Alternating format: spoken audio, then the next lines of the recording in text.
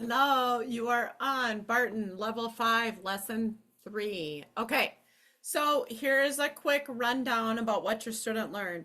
Your student learned suffix ed and suffix ing. They tell when an action took place.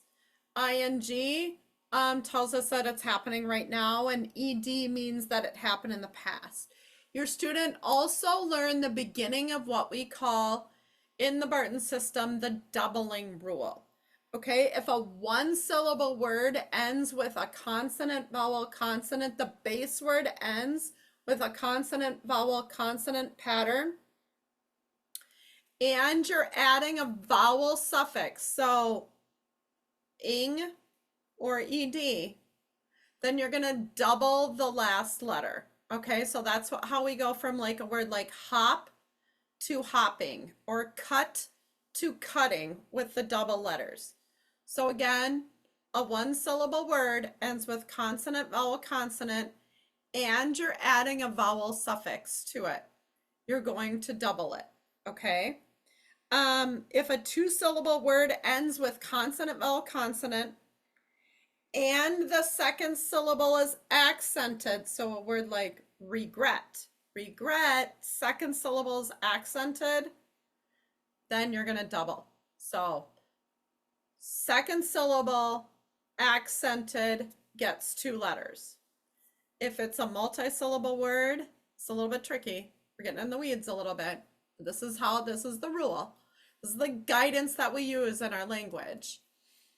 If it's a multi-syllable word, it ends in CVC, and the accent is on the first syllable, we do not double that, okay, when we're adding a vowel suffix. All right, so the decision tree that is in your student's personalized notebook will help with this. We are only looking at the left-hand side. Does the base word end with CVC? This is the guidance for it right here.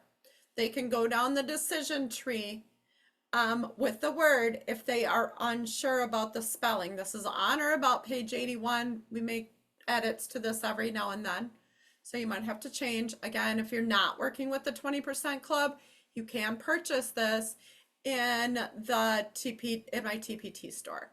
All right, let's switch gears and take a look at our new practice work. As always, we're going to start with fluency drills. Our fluency drills all will have ing and ed. Again, accuracy over speed all the time. So we're going to start and we're going to go through it and we're going to read. So if this is challenging for them, your strategy is the same thing as before, which is to highlight these suffixes, concentrate on the base word and decoding the base word, and then add the suffix. Seated, asking, weeded, towing, so forth and so on. Other things you can do, play tic-tac-toe, make this a Connect 4 board, try 4 in a row anywhere. Playing games with your student always will make this more fun. The next one, you can see there's more double letters on this. Accuracy, accuracy, accuracy. Your student also learned something that we call the magnet rule. The magnet rule basically is if you think about this, this suffix right here is a vowel. You know how magnets attract to the opposite? So this magnet will actually pull one of the opposite kind of letter with it. So a consonant in this case. So the opposite of a vowel in our minds is a consonant.